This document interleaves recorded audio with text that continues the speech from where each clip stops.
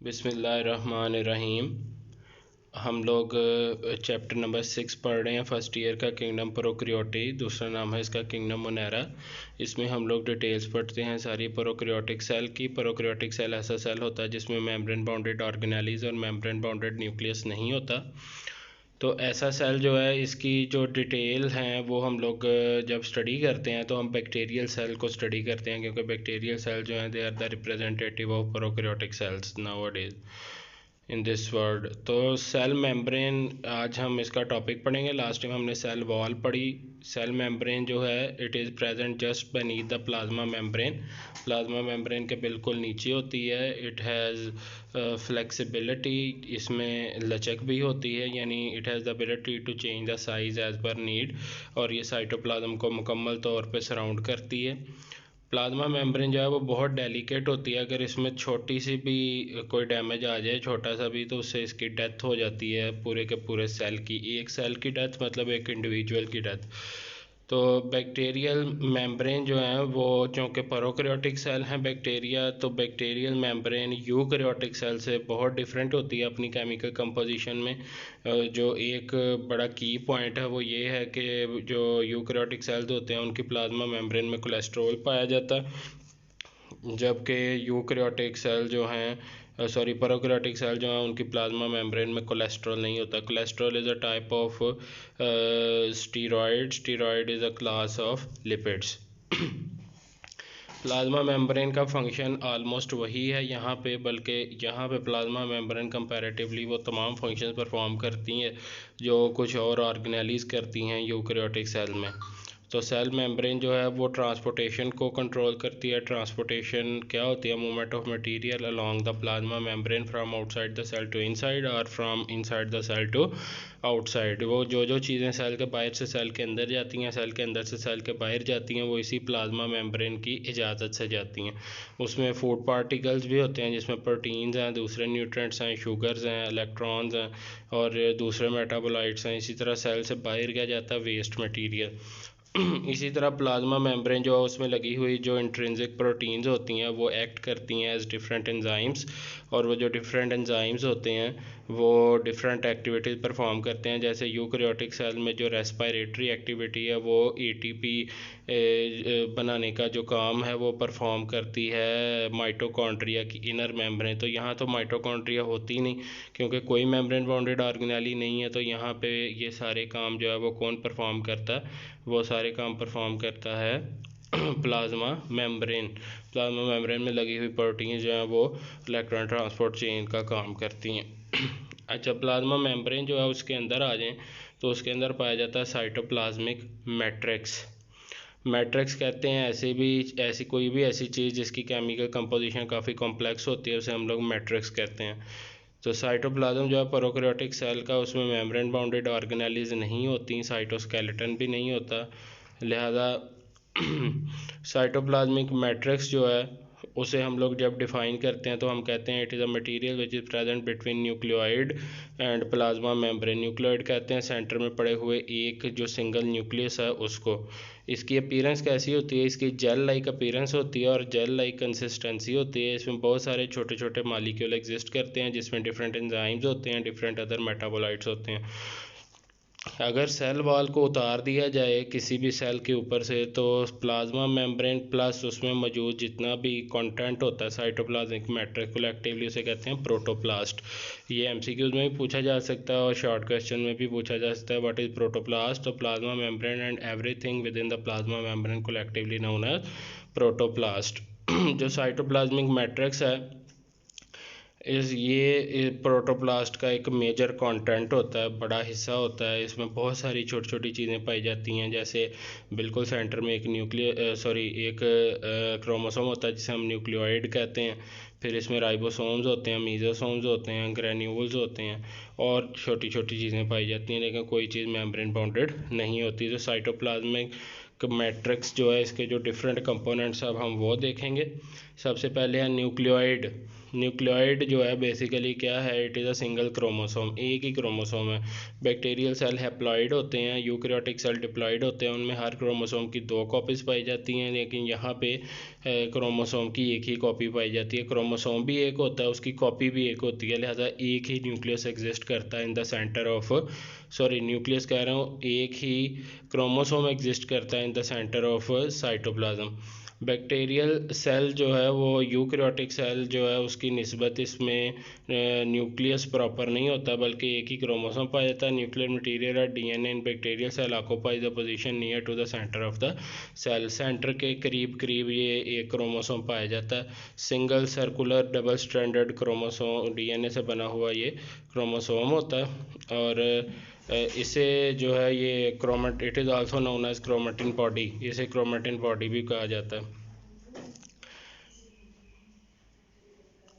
Bacteria जो है उनमें सिंगल क्रोमोसोम होने की वजह से इन्हें हम लोग किसका नाम देते हैं, हैप्लॉइड ऑर्गेनिजम्स का नाम देते हैं। कुछ दूसरे nucleoid, other names of nucleoid are nuclear body, chromatin body and nuclear region. ये आपसे एमसीक्यू में पूछा जा सकता है कि जो सेंटर में न्यूक्लियोइड होता है सिंगल क्रोमोसोम, उसे और क्या क्या कहते हैं, न्यूक्लियर बॉडी भी कह सकते हैं, ये येलो बॉक्स जो है, क्रोमेटिन बॉडी भी कह सकते हैं, और न्यूक्लियर रीजन भी। और ये माइक्रोस्कोप के अंदर विजिबल होता है। अगर इसे phloxine stain, phloxine is a specific colour जो है अगर उसे स्टेन किया जाए तो फ्लोजन कलर जो है ये हमें माइक्रोस्कोप के नीचे नज़र आता है। E coli is a gram negative bacteria which is present as normal microflora in the large intestine.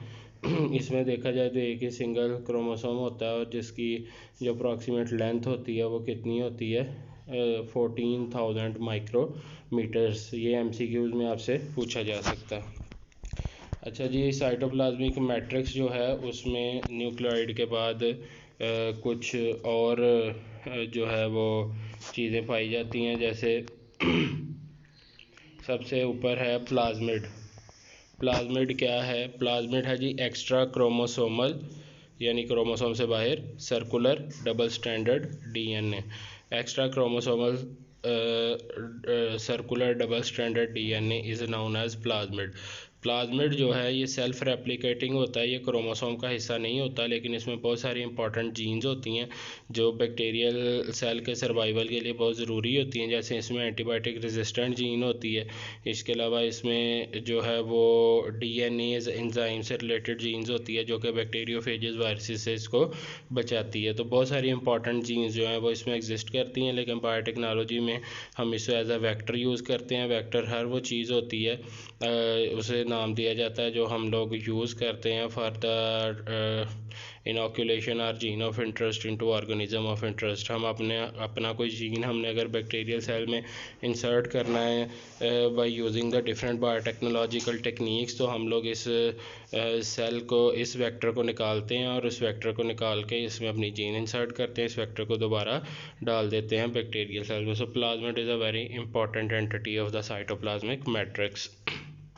उसके बाद हैं राइबोसोम।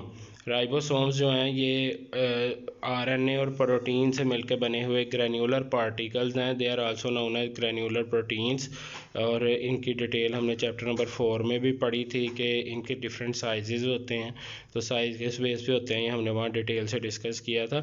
सम में also be loosely attached on the plasma membrane, inner side of the plasma membrane के साथ कुछ attach हो सकते हैं, जैसे कि यूकैरियोटिक सेल में रफ एंडोप्लाज्मिक रेटिकुलम की मेम्ब्रेन पे अटैच होते हैं, तो यहाँ पे रफ एंडोप्लाज्मिक रेटिकुलम तो होता नहीं, तो यहाँ पे फिर ये अटैच होते हैं inner surface of the plasma membrane. They are the protein factories, actually ribosomes are involve in the production of protein, so they are thousands of ribosomes in each healthy growing cell. हर bacterial cell में thousands of ribosomes होते हैं, और eukaryotic ribosome से ये comparatively small in size होते हैं, यानी साइज़ में छोटे होते हैं। उसके बाद है मीजोसोम। मीजोसोम जो है द सेल मेम्ब्रेन इनवेजिनेट, जो प्लाज्मा मेम्ब्रेन है वो अंदर की तरफ तय लग जाती है उसकी, और एक साइटोप्लाज्म में एक इनवर्ड जो है वो बॉडी जनरेट हो जाती है प्लाज्मा मेम्ब्रेन की इनफोल्डिंग से, इनवेजिनेशन से। वो जो है वो क्या कहलाती है, मीज़ोसोम कहलाती है। मीज़ोसोम जो है ये वेजिकल्स या टिब्यूल्स या लैमेलाई की फॉर्म में होते हैं। वेजिकल कहते हैं थैली को, टिब्यूल कहते हैं लंबी लंबी नाली को, और लैमेलाई कहते हैं एक सेप्टा को, एक लेयर को। तो ये एक लेयर की शक्ल में भी हो सकती है, एक नाली की शक्ल में भी, और एक बार ये इसकी ज़ाहरी जो स्ट्रक्चर है, मॉर्फोलॉजी है मीज़ोसोम की, उसके बारे में बताया गया।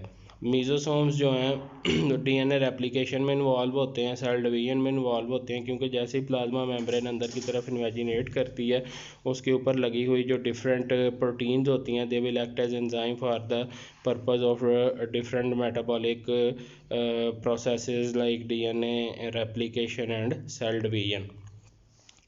इसी तरह यही मीज़ोसोम्स जो हैं वो रेस्पिरेटरी एक्टिविटी में भी इन्वॉल्व होते हैं। प्लाज्मा मेम्ब्रेन अंदर की तरफ इन्वेजिनेट करती है, उसमें लगी हुई इंट्रिंसिक प्रोटीन्स जो हैं they act as different enzyme for the process of respiration for the production of ATP molecules which are the energy currency of the cell. उसके बाद हैं granules and storage bodies. Bacteria जो हैं वो बड़े competitive हैं अपने इन्वायरमेंट में, जहाँ न्यूट्रिएंट्स शॉर्ट हो जाते हैं। तो ये क्या करते हैं, जैसे जब इनको न्यूट्रिएंट्स ज़्यादा अवेलेबल होते हैं तो ये उन न्यूट्रिएंट्स को स्टोर कर लेते हैं। ये क्या क्या चीज़ एज अ फूड स्टोर करते हैं, ग्लाइकोजन, सल्फ़र, फैट और फास्फेट। ये कुछ ऐसे जो हैं ऑर्गेनिक और इनऑर्गेनिक मॉलिक्यूल्स हैं जिनको ये ग्रैन्यूल्स की फॉर्म में इनके क्लस्टर्स को सेव कर लेते हैं अपने साइटोप्लाज्म में। उसके अलावा जो वेस्ट मटेरियल बनाते हैं बैक्टीरियल सेल्स, वो भी ये अपने अंदर स्टोर कर लेते हैं। इसके अलावा जो वेस्ट मटेरियल है उसकी कुछ एग्जांपल्स दी हुई हैं, अल्कोहल है, लैक्टिक एसिड है और एसिटिक एसिड है। तो फूड पार्टिकल्स या वेस्ट मटेरियल को ये ग्रैन्यूल्स की फॉर्म में स्टोर कर लेते हैं। उसके बाद हैं जी स्पोर्स। बहुत सारे बैक्टीरिया जो होते हैं they have the ability to survive in harsh environment unfavourable conditions. Unfavourable condition में ज़िंदा रहने के लिए इनके पास बहुत सारी स्ट्रेटजीज़ होती हैं। उनमें से एक स्ट्रेटजी है स्पोर फॉर्मेशन। जैसे ही एक्सटर्नल इन्वायरमेंट जो है वो अनफेवरेबल होता है तो एक कॉपी बन जाती है न्यूक्लियोइड की, उसके गिर्द साइटोप्लाज्म में अकोमोलेट होता है थोड़ा सा, और उसके गिर्द जो है वो थिक वॉल बन जाती है, और वो जो रिजल्टेंट स्ट्रक्चर बनता है उसे हम लोग कहते हैं स्पोर।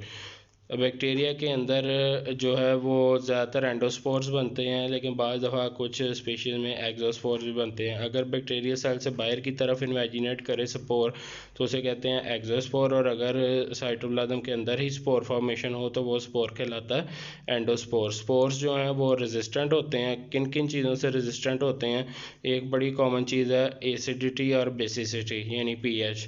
दूसरी बड़ी कॉमन चीज़ है डेसिकेशन या लॉस ऑफ वाटर, और तीसरी चीज़ है टेम्परेचर। इन तीनों चीज़ों से ये रेजिस्टेंट होते हैं। एक्सटर्नल एनवायरनमेंट में आने वाले जो चेंजेस होते हैं वो इन्हीं तीन फैक्टर्स पे इन्फ्लुएंस करते हैं, इन्हीं को जो है वो वेरिएट करते हैं। वेरिएशन की वजह से बैक्टीरिया सेल की डेथ हो सकती है, लेकिन स्पोर जिस सेल में बन जाता है बाकी सेल डेड हो जाता है, स्पोर सर्वाइव कर जाता है। एक बड़ी कॉमन डिजीज़ है टेटनस। टेटनस जो है वो एक बैक्टीरिया की वजह से काज होती है, क्लॉस्ट्रीडियम टेटनाई। इसके जो स्पोर्स हैं वो फीकल मटेरियल में पाए जाते हैं एनिमल्स के। तो इसके लिए हम लोग जो है वो इसके जो है ना अगेंस्ट डिफरेंट केमिकल थेरेपीज़ करते हैं, टेटनस के इंजेक्शन वगैरह लगाते हैं। तो स्पोर जो है वो अनफेवरेबल कंडीशन में बैक्टीरिया के सर्वाइवल का बायस बनता है। सिस्ट भी एक रेजिस्टेंट डॉर्मेंट स्ट्रक्चर होती है, लेकिन ये टेम्परेचर को टॉलरेट नहीं कर सकती। ये सिर्फ और सिर्फ टॉलरेट करती है डेसिकेशन को और पीएच को, टेम्परेचर को ये टॉलरेट नहीं कर सकती। सिस्ट वैसे फ्लूइड फिल्ड सैक को भी कहते हैं। इसके जो वॉल बनती है रेजिस्टेंट वॉल, वो वॉल जो है वो इसको नहीं होने देती, पीएच और डेसिकेशन से बचाती है, लेकिन टेम्परेचर से नहीं बचाती।